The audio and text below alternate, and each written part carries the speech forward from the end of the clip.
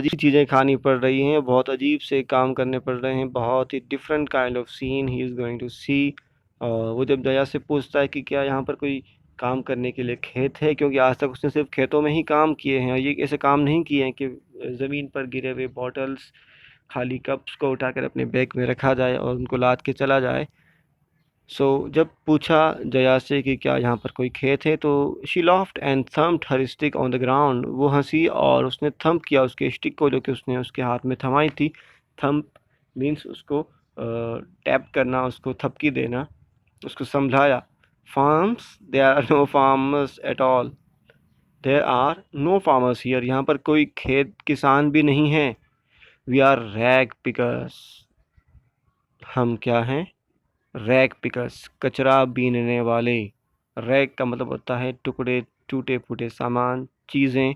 Pickers, उनको उठाने वाले। We are rag pickers. Rag pickers, see my sack full of things and collected. देखो मेरे बोरे की तरफ, मैंने इतनी सारी चीज़ें इकट्ठा की हैं, कलेक्ट की हैं। कलेक्टेड फ्रॉम वेयर आस्क्ड वेलू, तुमने ये चीज़ें कलेक्ट की हैं, ये पूछा वेलू ने। From rubbish bins, where else, rubbish bin से यानी कचरा पात्रों से, और कहाँ से इकट्ठा की हैं? यू कलेक्ट रबिश, तुम कचरा इकट्ठा करती हो? Velu and Velu had never heard of such a thing, Velu ने ऐसी चीज़ें कभी नहीं सुनी थी कि कचरा भी इकट्ठा किया जाता है। जो चीज़ें फेंकी जाती हैं, जिसको ज़माना फेंक रहा है, उसको भला कोई क्यों इकट्ठा करेगा, लेकिन उसने पहली बार देखा और सुना कि कोई कचरा भी इकट्ठा करता है। आई ब्लॉकहेड, इट्स नॉट एनी रबिश, ये कोई कचरा नहीं है। Only paper, plastic, glass, such things, ये सिर्फ कागज़ के टुकड़े हैं, प्लास्टिक के टुकड़े हैं, ग्लास हैं और ऐसी कुछ चीज़ें हैं। We sell it to Jam Bazaar Jaggu, हम इन चीज़ों को इस बाज़ार में बेचते हैं। वेलू वाज पजल्ड, वो बिल्कुल पजल्ड हो गया, सरप्राइज्ड हो गया। He had heard of people throwing away rubbish, उसने तो आज तक ये सुना था कि लोग रबिश को, कचरे को, बेकार चीज़ों को फेंक देते हैं। But why would anyone want to buy rubbish, लेकिन कोई क्यों भला कचरा खरीदेगा? Who is jam Bazaar Jaggu, ये किसका जैम बाजार जग्गू है? Why is he buying all this, और कोई इसको क्यों खरीदेगा, वो इसको क्यों खरीदेगा? You think he buys it for show, क्या तुम्हें क्या लगता है कि ये इन चीज़ों को दिखाने के लिए या शो में रखने के लिए, डिस्प्ले करने के लिए इनको ख़रीदता है? नहीं, he sells it to a factory, वो भी इनको एक फैक्ट्री में सेल करता है। कोई आदमी है, कोई पर्सन है जो कि इनको ख़रीद के बेचता है। Come on, I don't have time to waste, मेरे पास इतना टाइम नहीं है वेस्ट करने के लिए, लाइक यू, जैसे कि तुम बातें करके अपना टाइम वेस्ट कर रहे हो। वेलू डिड नॉट मूव, वेलू वहाँ से हिला तक नहीं, उसके पाँव ज़मीन पर गड़ गए, जैसे कि he hadn't run away and come to this new place to dig through garbage bins, वो यहाँ पर कचरे के ढेरों को कुचर के उनमें से सामान इकट्ठा करने के लिए नहीं आया था। Jaya poked at him with her stick, Jaya ने अपनी छड़ी से, अपनी स्टिक से उसको पॉक किया, उसको बूस्ट किया, उसको रेडी किया, काम पर चलने के लिए एक्टिव किया। लुक हियर, देखो, शी शाउटेड, वो चिल्लाई, if someone gets there before us we don't get anything, देखो हमें चलना चाहिए, अगर कोई वहाँ पहले पहुँच गया तो हमें वो सामान नहीं मिलेगा। Very bad, very bad. Don't just, वो कचरा इकट्ठा करने के लिए कह रहे हैं एक दूसरे को कि अगर कोई पहले, हमसे पहले पहुंच गया तो हम कचरा इकट्ठा नहीं कर पाएंगे, सो हमें जल्दी पहुंचना चाहिए। जया, ऐसी भी जिंदगी हुआ करती है। Look here, she shouted, if someone gets there before us we don't get anything, don't just stand there, यहाँ पर खड़े मत रहो। पोजिंग, जैसे कि यहाँ पर कोई पोज दे रहे हो।